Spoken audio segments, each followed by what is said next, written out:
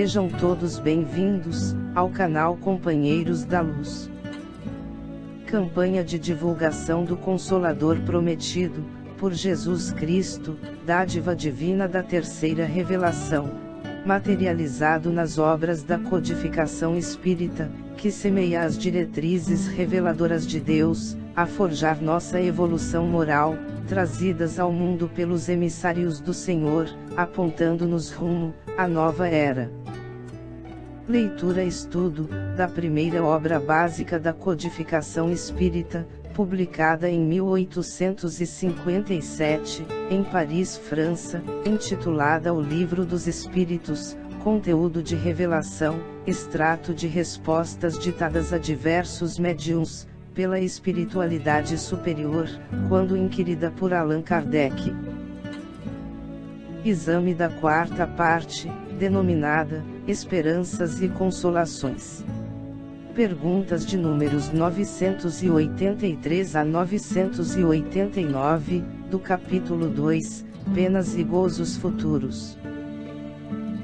Iniciemos então a leitura do questionário de subtítulo: Penas temporais. Pergunta de Kardec, número 983. O espírito que expia as suas culpas, numa nova existência, passa apenas por sofrimentos materiais. Assim não será exato, que após a morte, a alma só tem sofrimentos morais. Resposta dos espíritos. É bem verdade que, reencarnada, a alma encontra nas tribulações da vida o seu sofrimento, mas apenas o corpo sofre materialmente. Dizeis em geral que o morto já não sofre mais, mas isso nem sempre é verdade. Com o espírito, não sofre mais as dores físicas, mas segundo as faltas que tenha cometido, pode ter dores morais mais cruciantes, e numa nova existência pode ser ainda mais infeliz. O mal rico passará a esmolar, e estará submetido a todas as privações da miséria. O orgulhoso, a todas as humilhações. Aquele que abusa de sua autoridade, e trata os seus subordinados com desprezo e dureza, será forçado a obedecer a um senhor mais duro do que ele tenha sido. Todas as penas e tribulações da vida, são expiações de faltas de outra existência, quando não se trata de consequências das faltas, da existência atual. Ao sairdes daqui, compreendereis bem. O homem que se crê feliz na terra, porque pode satisfazer suas paixões, é o que faz menos esforços para se melhorar. Em geral, ele começa a expiar essa felicidade efêmera, na própria vida que leva, mas certamente, a expiará numa outra existência, tão material como essa. Pergunta de Kardec, número 984. As vicissitudes da vida, são sempre a punição das faltas atuais. Resposta dos espíritos. Não, já o dissemos. São provas impostas por Deus, ou escolhidas por vós mesmos, quando no estado de espírito, e antes da vossa reencarnação, para expiar as faltas cometidas numa outra existência. Porque jamais a infração das leis de Deus, e sobretudo da lei da justiça, fica impune. Se a punição não é feita nesta vida, será necessariamente em outra. É por isso que aquele que é justo aos vossos olhos, vê-se frequentemente atingido pelo seu passado. Pergunta de Kardec, número 985. A reencarnação da alma num mundo menos grosseiro, é uma recompensa. Resposta dos espíritos. É a consequência de sua purificação. Porque à medida que os espíritos se purificam, vão se encarnando em mundos mais e mais perfeitos, até que se tenham despojado de toda a matéria, e lavado de todas as manchas, para gozarem eternamente da felicidade dos espíritos puros, no seio de Deus. Nota de Kardec: nos mundos em que a existência é menos material do que neste, as necessidades são menos grosseiras, e todos os sofrimentos físicos são menos vivos. Os homens não mais conhecem as más paixões que, nos mundos inferiores, os fazem inimigos uns dos outros. Não tendo nenhum motivo de ódio ou de ciúme, vivem em paz, porque praticam a lei de justiça, amor e caridade. Não conhecem os aborrecimentos e os cuidados que nascem da inveja, do orgulho e do egoísmo, e que constituem o tormento de nossa existência terrena. Pergunta de Kardec, número 986. O espírito que progrediu na sua existência terrena, pode às vezes reencarnar no mesmo mundo?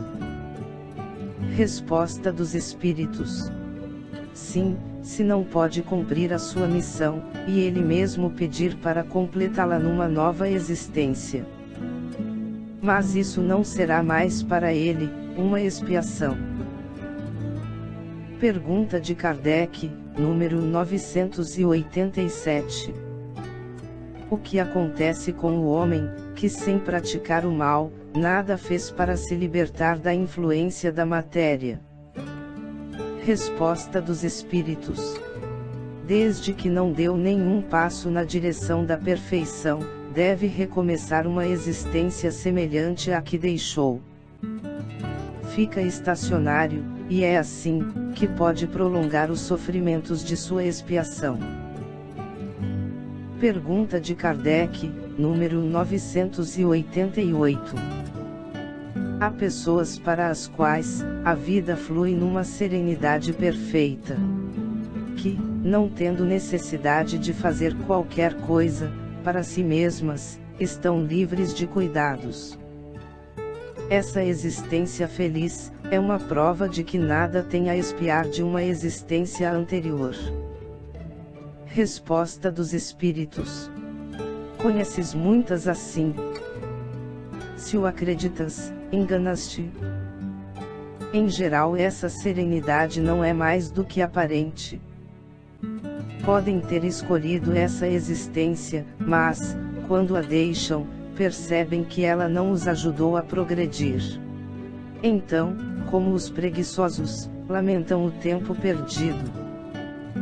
Sabei que o espírito não pode adquirir conhecimentos, e se elevar, senão através da atividade. Se ele adormece na despreocupação, não se adianta.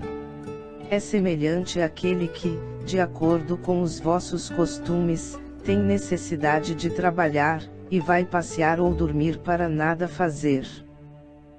Sabei também, que cada qual terá de prestar contas da inatividade voluntária, durante a sua existência.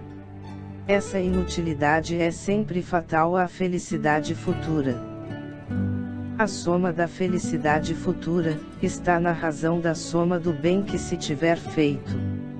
A da desgraça, na razão do mal e dos infelizes, que se tenham feito. Pergunta de Kardec, número 989. Há pessoas que, sem serem positivamente más, tornam infelizes, em virtude de seu caráter, todos os que as rodeiam. Qual para elas a consequência disso? Resposta dos espíritos: essas pessoas seguramente não são boas, e expiarão pela visão daqueles que se tornaram infelizes, cuja presença constituirá para elas uma exprobração. Depois, numa outra existência, sofrerão aquilo que fizeram sofrer.